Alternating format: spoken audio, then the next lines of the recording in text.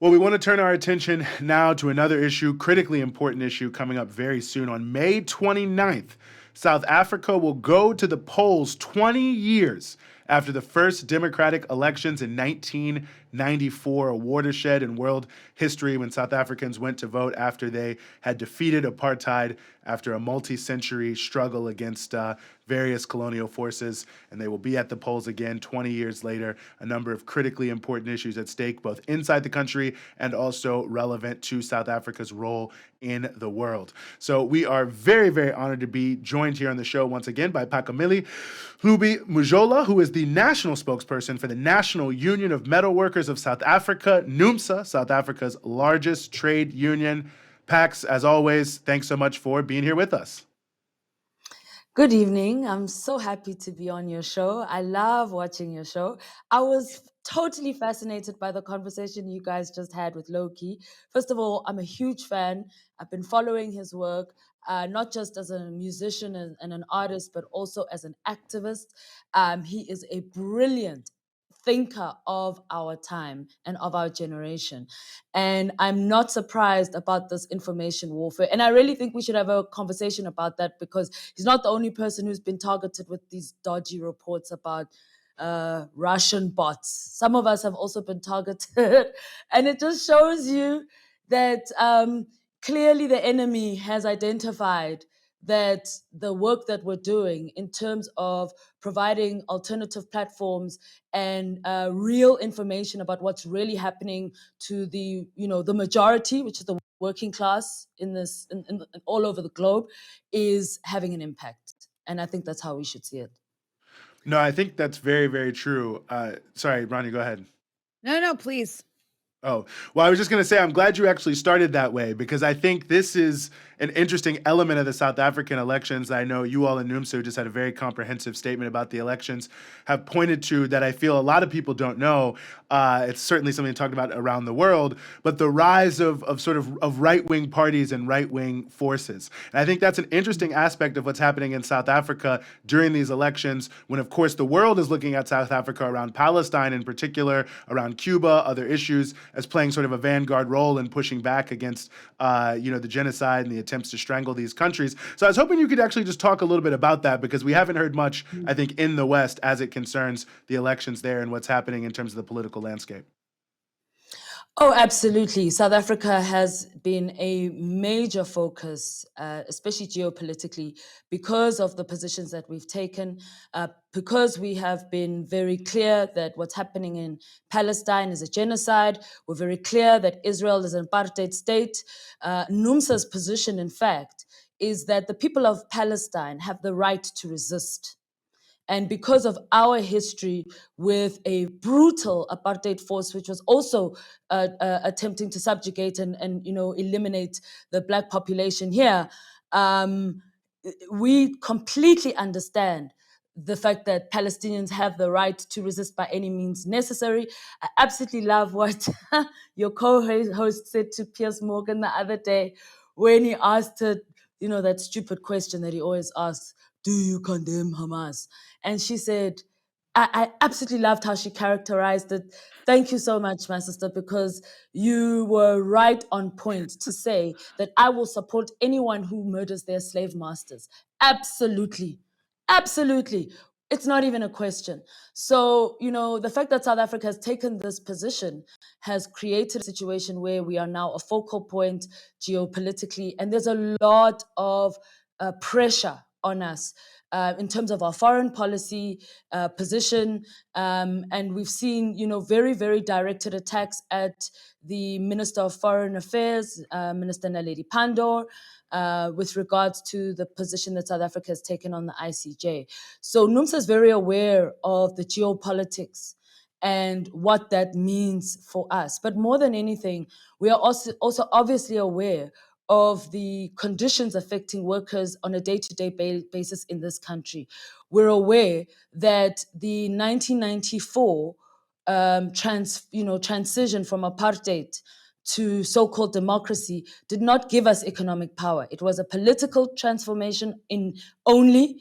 The wealth of the country remains in the hands of the mostly white minority. Yes, there are some wealthy black billionaires, but the point is that by far the majority of people who own the economy in this country are white.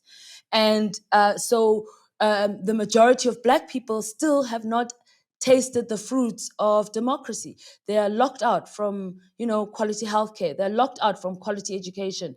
They still live in informal settlements and subhuman living standards. And we've said that these are conditions that this ANC government has created through neoliberalism and by its refusal to genuinely transform the economy. But having said that, we've also noted that there is this, we can almost say like consolidation of right-wing parties. Parties like the Democratic Alliance, which is the current official opposition in South Africa.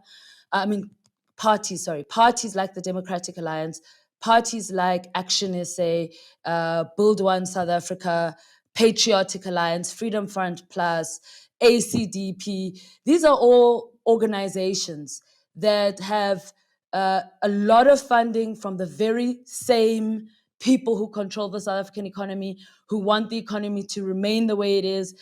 They get funding.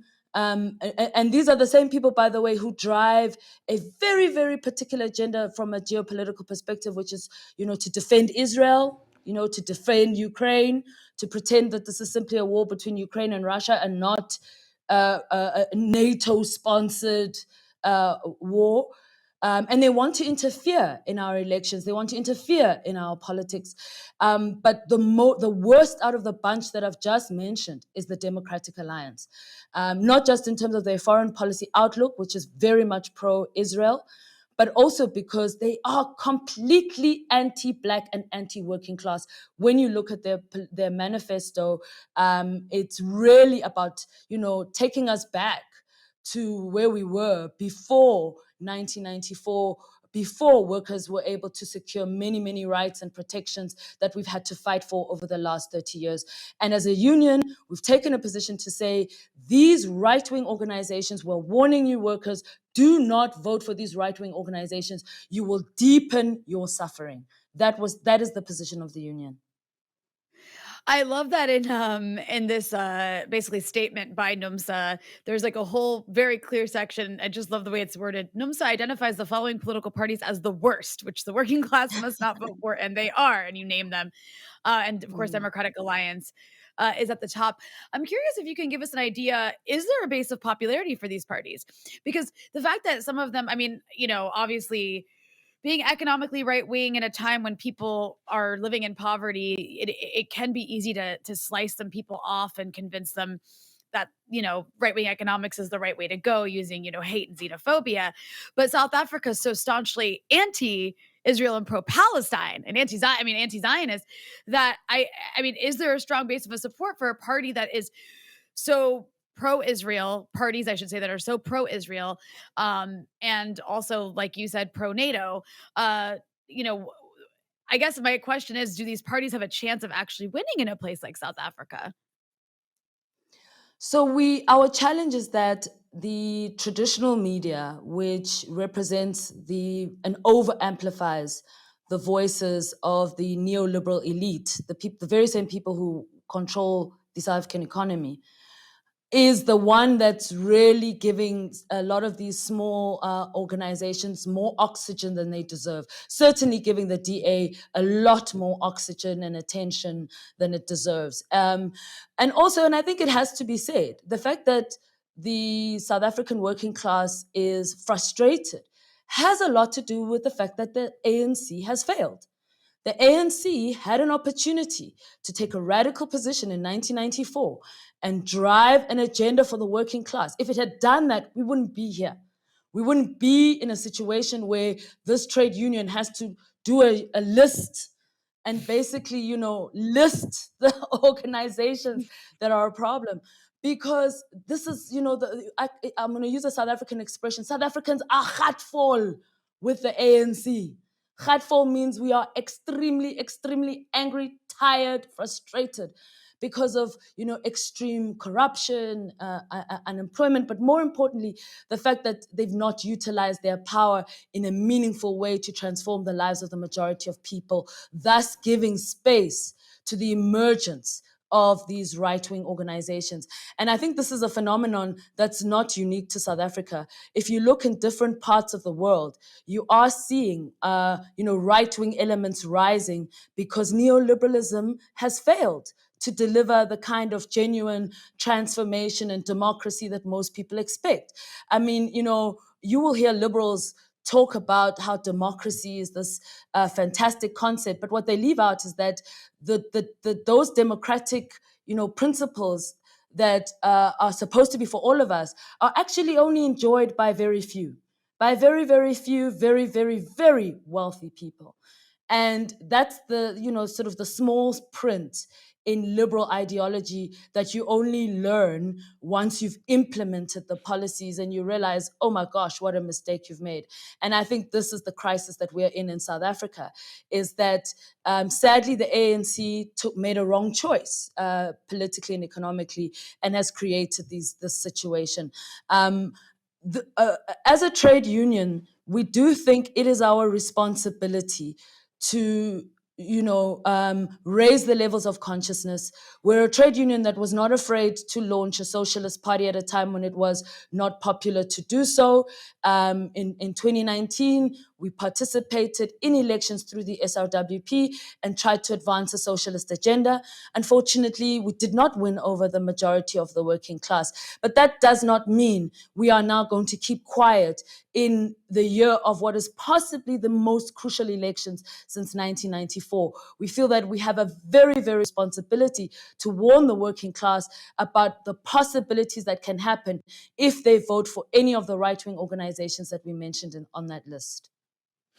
Well, I'm glad you ended on that last point, because I'm curious your thoughts in a general sense of what this says about the state of the class struggle. Because in a way, it's an interesting commentary when you look at the elections from my point of view, that, no matter how sort of opportunistic or hollow it may be, when you look at a lot of the parties, especially the ANC, but also, EFF, PAC, IZAPO, a lot of people, MK, the way they're appealing for votes is, we're going to give you the land, we're going to have universal health care, we're going to do this, which seems to me to at least speak to the fact that the consciousness of the masses seems to be at a very significant level, and that offers some hope, both inside and outside elections, because even those who are looking to grandstand feel like they have to appeal, to this more progressive consciousness in order to gain any support. I think that is one of the positive things of this election, is that you have seen a much stronger voice of progressive organizations like the ones you've mentioned, EFF, ZAPO, PAC. You're hearing the voices of the left emerging, which I think is a very positive step. And in fact, what I would like to see, and now this is me speaking in my own personal capacity when I say this, I would like to see a scenario post-1994 where the left unites, because we can see that the right-wingers are consolidating power. And the reason they're consolidating power is because there is a real fear amongst the neoliberal elitist minority in this country that South Africa is shifting more left. When they see the foreign policy decisions of somebody like the brave Dr. Naledi Pandor on the position on Palestine, and the neutral position adopted by South Africa, as they correctly should have, on the issue of Ukraine and Russia, it concerns them greatly, because in their view, South Africa is supposed to be a mouthpiece of the G8, of the neoliberal agenda. That is what they thought they were creating.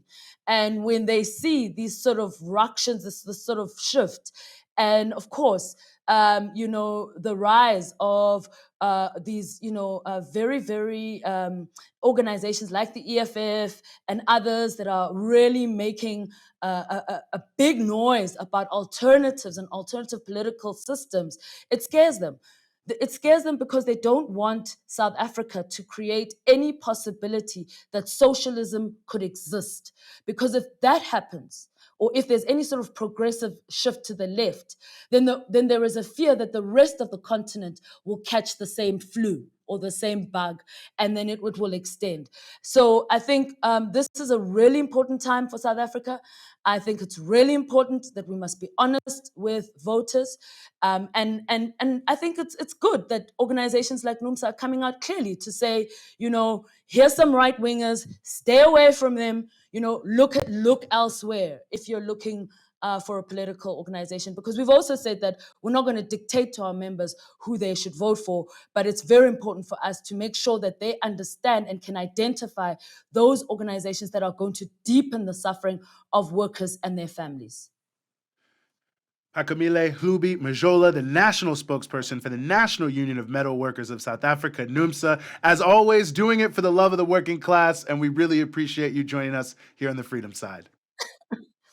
I love being on the show, and thank you so much for having me. And you guys just carry on being you, hey?